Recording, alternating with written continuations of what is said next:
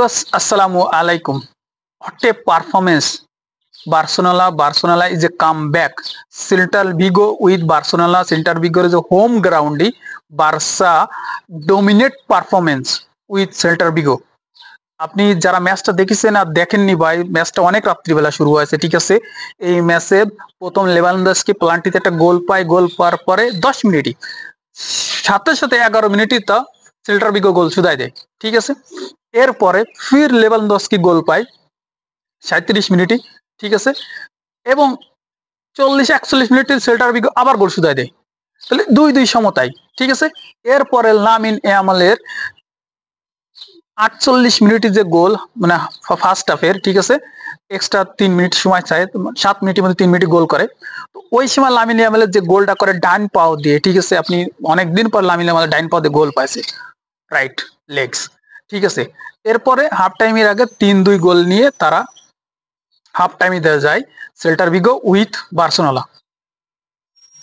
এরপরে বার্সার যে কাজ ছিল, ঠিক আছে, যে লাস্টে সেল্টার ভিগোর সাথে শুধু ফাইট করা, কিন্তু আপনি জানেন 1 বছর মানে 2-3 মাস পরে লেভানডস্কি হ্যাটট্রিক করেছে সেল্টার ভিগোর বিপক্ষে, এবং লাস্টে গোলটা করে আবার লেভানডস্কি।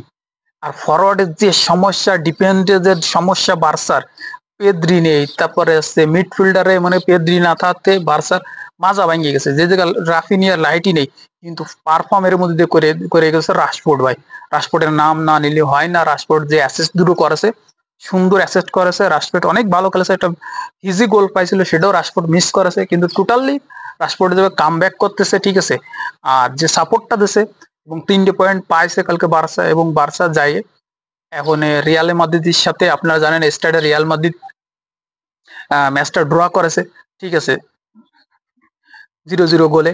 সেই জায়গায় রিয়ালের পয়েন্ট বর্তমানে 31, বার্সার পয়েন্ট হচ্ছে 28। টোটালি বার্সা 3টে পয়েন্ট পিছনে আছে, ঠিক আছে। যে কোনো সময় রিয়াল মাদ্রিদ একটা ম্যাচ হেরে গেলে বার্সার জন্য প্লাস পয়েন্ট চলে আসবে।